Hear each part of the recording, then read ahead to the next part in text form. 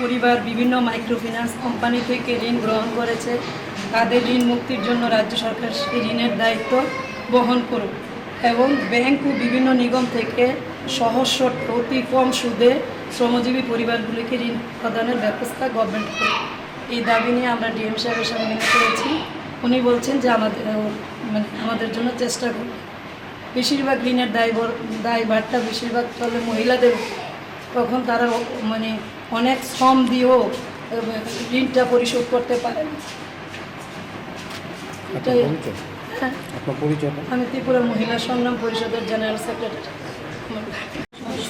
Husband শরীর ভালো না, তো বন্ধন দিতে পারি না, তারা এসে বন্ধন দিতে যন্ত্রণা দেয়, জ্বালা যন্ত্রণা করে, তো আমরা দিতে পারি না। অনেক সময় আমার হাজব্যান্ড চকম ভাইয়ের রঙের কাজ করতে যায়, চকম ভাই ফিরে গেছে, তাহলে রঙের কাজ করতে পারে না, তাহলে কীভাবে দিব? তারা যে শুরু করে বন্ধন তো অনেক সময় বাচ্চারা না খায় দিই, বাচ্চারা পড়াইতে মোবাইলে টিপতো না, তার খুব যন্ত্রণা দিচ্ছে, এই কারণে কি তাদের লোকের কথা বলে।